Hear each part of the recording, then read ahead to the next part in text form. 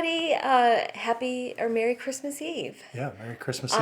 We're at our tree again, and we've got the fireplace on the The TV. festive Yule log. I hope everybody's having a great day so far, and everything's ready for tomorrow. We were actually ahead of the game, so we had a relaxing day, which was nice. Semi-relaxing. Semi-relaxing. Getting last-minute stuff done, but we are happy to be here tonight, and David wanted to share stories about his dad. Right. Well, so the clip at the opening was a bit of, well, I should say it was my take on the classic song "I'll Be Home for Christmas," which, as you may know, was written and released in 1943. It was originally recorded as a way of honoring service members who were away from home. Many of them were overseas in the Pacific Theater. Obviously, the war began in 1941 in the Pacific, and many of them, like my father, were in the military and preparing to go into Europe. So scary. Which was very scary. The theme for tonight, or what we're going to talk about tonight, is actually Christmas Eve 1944, a year after the song came out, but the actual story began in 1943, in fact, on Christmas Eve 1943, which was 77 years ago. That's so crazy. And that was when my dad was in service. He enlisted. I just was going through some memorabilia, and I have his enlistment card, identification card, enlisted reserve corps. My dad enlisted in the U.S. Army on September 7th, 1942. So he went through basic training and all that sort of thing. And according to family legend, my dad went AWOL on Christmas Eve in 1943 and proposed to my mom. Which is a great story. That's where he did not, as so far as I know, get in any trouble for that. But also for that same Christmas, and we'll share a photo of this, my mother gave my dad, my parents were very Catholic, you should know, these what are called scapular medals. I think they have a number of different terms, but that's what we refer to them as. One has an image of Jesus, and the other is a crucifix. And they're made of sterling silver. And on the back of the... Well, it's sold. Yeah, they're a little tarnished. On the back of the crucifix it says, "I'm a Catholic, please call a priest." And the reason is a lot of Catholic soldiers would carry these with them when they went into battle, and in the event they were mortally wounded and they were found, someone would know to try to get a priest so they could be given last rites. So imagine on the occasion of getting engaged, right? You give your fiance medals to carry with him into battle in the event. Not knowing if you're coming back. Yeah, in the event that he were to die, he could at least have last rites and be given a proper funeral. So that's a little bit heavy. But wait, it gets heavier from there. So my dad did not go over to Europe, or didn't go into combat until Christmas Eve 1944, a year later.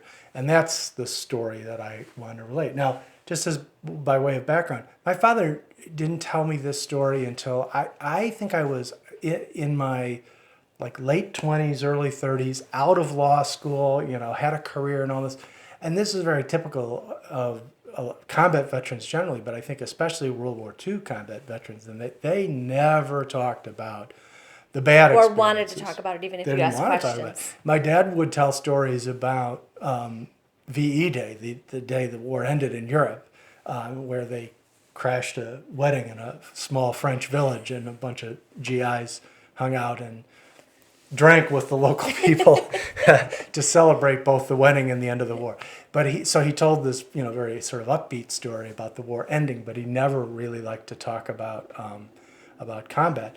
But so the story that he finally got around to telling me is a really amazing story about, as I say, Christmas Eve 1944. My dad, in the days leading up to Christmas of that year, was in England, where a lot of U.S. troops went to England before they headed in over to the continent. And so he was in Southampton, England, and he was in the 66th Army Infantry Division, which is known as the Black Panther Division.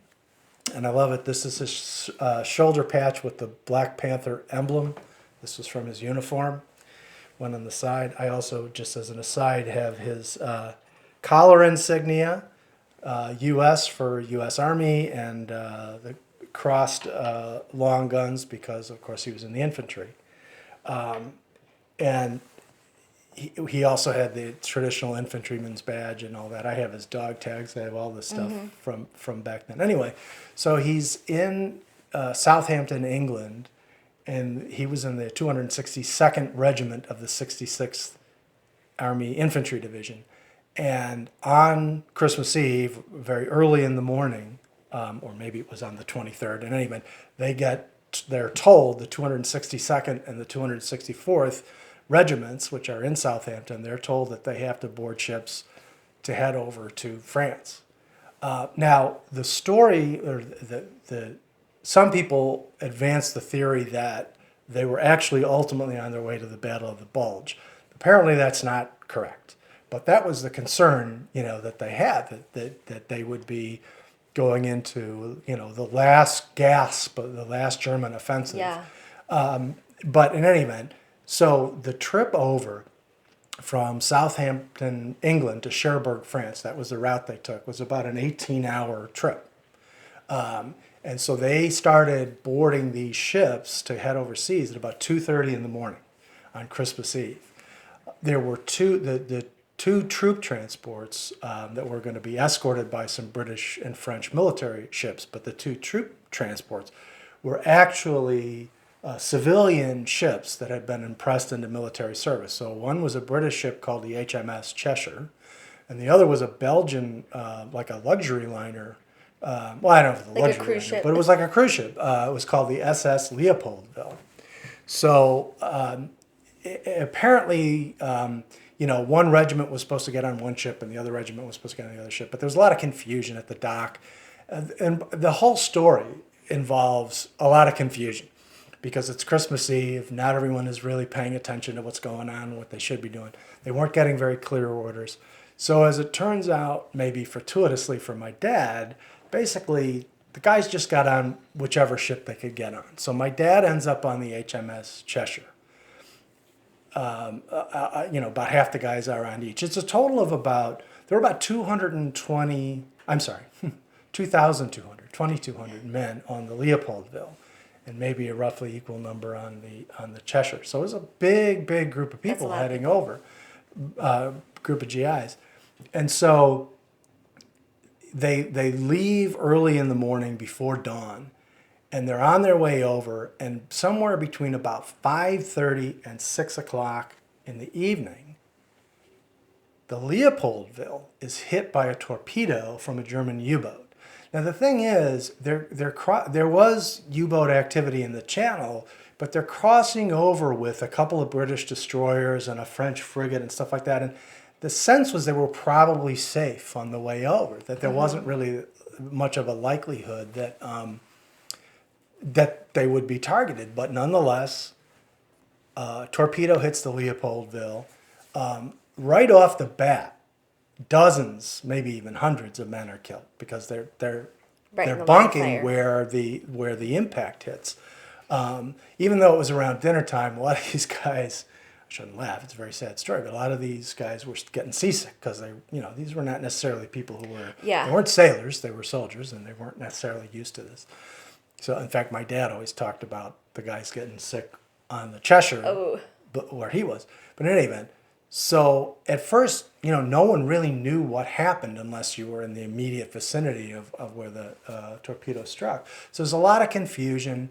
There weren't a lot of clear orders coming from the command. Apparently, I just read this today, apparently a lot of the crew, I think it was a private crew, on the Leopoldville took off. They got on lifeboats, they took off. Okay. But a lot of the soldiers on the boat, they hadn't been properly trained about getting in the lifeboats. Oh, like evacuation Yeah, procedures. Yeah. there was some brief effort to give them some instruction, but some of the guys, missed it or whatever. And also, when it first happened, no one really knew. A ship doesn't sink automatically. No. It takes some time for it to become apparent. So there was, the orders weren't very clear what people were supposed to do. As I said, my father was on the other ship, very fortunately. The Leopoldville took about 2.5 to 3 hours to actually sink. It didn't sink till about 8:30 in the evening. In the meantime, one of the British destroyers I think it was called the Brilliant, the HMS Brilliant, had pulled up alongside. I should probably get the right name. Pulled up alongside, and they were literally getting people to jump from the Leopoldville Oh my gosh. onto the deck of this British destroyer. Some guys unfortunately ended up in the water. Some guys made it onto the deck. I read a story from an Omaha newspaper from one of the survivors talking about, it was about a 12-foot drop. Yikes. Because the deck on the Leopoldville was higher. So they were jumping, pretty good And probably distance. just getting hurt just jumping A lot of onto it. guys got hurt just jumping from one ship to the other. So anyway, my dad's on the other ship. There's still a lot of confusion on his ship. They don't really know what's going on. The people on the Leopoldville are radioing ashore to the ship. They're only about 5 miles off the coast of France at this point. They're radioing to the folks on the shore to try to get rescue vessels to come. Because it's a big group of men, 2,200 men roughly on the Leopoldville. So because it's Christmas Eve, there weren't necessarily people paying attention to what's going on. Some of the messages didn't get through. So finally the ship goes down. Almost 800 men died. That's crazy. And in a way, the saddest part of it is most of the bodies were not recovered. They recovered about 250, 270 of the nearly 800 who went down. And so people that were in your dad's group were on that boat? Yeah, right, because the two regiments were not evenly, it wasn't one like regiment on split. one boat and they just all got on whatever boat they could. So basically, my father's introduction to World War II was, Christmas Day, 1944, retrieving bodies from the English Channel to the extent that they could retrieve them. So it's a pretty intense introduction to war. Just as a sort of a follow-up to that, they ended up, his group ended up staying in France. And I said there was some confusion about whether they were ultimately supposed to go to the Battle of the Bulge. Apparently that's not the case, because there actually was still a lot of German activity in France, even though obviously this is well after D-Day. The bulk of the German forces had been driven out of France. There were uncontained little, or maybe there were, I don't know, there were little pockets of Germans. So they actually, fortunately, although they were in combat after that, it was not, as intense as it could have been. It was mostly just trying to kind of go after these smaller groups of Germans who were still in France. And my dad was in an artillery group carrying mortar shells. They had one guy carry the shells and the other guy carry the actual mortar. Yikes. And then they would set up, lob shells at the Germans, and then move on. So he always used to say he never saw a German soldier face to face until the war was over and there were guys who had been captured. But they were not in that close contact. They were in combat. They were firing shells at them, and Germans were firing shells back. But he never actually saw anybody face to face until. That's what I think is so after the war. crazy. Is like your dad was just a regular person, Yeah. and all of a sudden you enlist, Yeah. and you're expected to be able to do all these things. It's like He so was crazy. Yeah, my dad was 21 when he enlisted, which is actually a little bit old. I mean, most of the guys were 18, 19 years old. So nuts. And most of them, like my dad, had never been overseas before. Most of them had never, seen anything. I mean, there are a lot of rural guys, a lot of guys from small towns. Not all. I mean, my dad was from the suburbs of Chicago. But, there were people who were not necessarily what you think of as being worldly, and they were thrust into this situation. So it's just an amazing, sad story. But, it's also because I think this is why like it was such a big deal. Christmas was always such a big deal in our house growing up. Not that we did like huge elaborate things, but it was really a big deal to my parents. I think, because they go from getting engaged on Christmas Eve to then this thing happening a year later. Oh, and the other thing about this incident was the Army didn't really want to let on what had happened. This was something that was kind of not supposed to happen because these two troop ships were pretty well protected. So they didn't expect a U-boat to be able to slip through and torpedo one of the ships. Yeah. It was a large loss of life, 800 men roughly out of 2,200.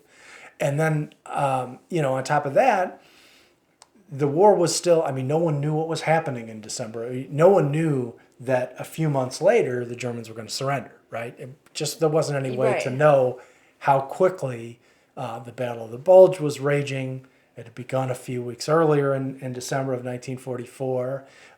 So it would be bad for morale to let on that these guys were, just sort of innocently heading overseas on Christmas Eve and this happened. Yeah. So the surviving families weren't told what happened. They would get, telegrams that said your family member was lost at sea, or something like that, or they would But say no, like, died real at sea, details, but yeah. no real details. And the men on the ships were told not to talk about it. That obviously once the war was over, they could talk about anything. Right. But they were not supposed to talk about it at the time. And the incident itself was largely a mystery. There was a guy who was a New York City police detective who had heard about it and wrote a book because he investigated it. But anyway, it's quite a ways. We have it bad enough this year without being able to see family and all that Right. sort of thing. But We don't have that going on. right. And I would say my point is not to say, if you think it's bad, imagine what it was like for somebody else in another situation, because you can always find, somebody in a worse situation Yeah. somewhere in the world. That's not really the point. But I guess what I would say is, I think about the way my parents, in a sense, really, you can't make the best of that incident, but they took from those experiences, the lesson of you really have to, celebrate when you can and make the most of things. And I guess the only thing I would draw from that specific incident is, whatever you're dealing with, wherever you are, you just have to find ways to find some peace Right. where you are. And I think that's kind of what Do this you is all know about. once the war was over how long it took for your dad to come back? He was there for at least another year. Oh, really? Into 1946. Holy yeah, cow. in fact, I have I thought you were going to say a few weeks.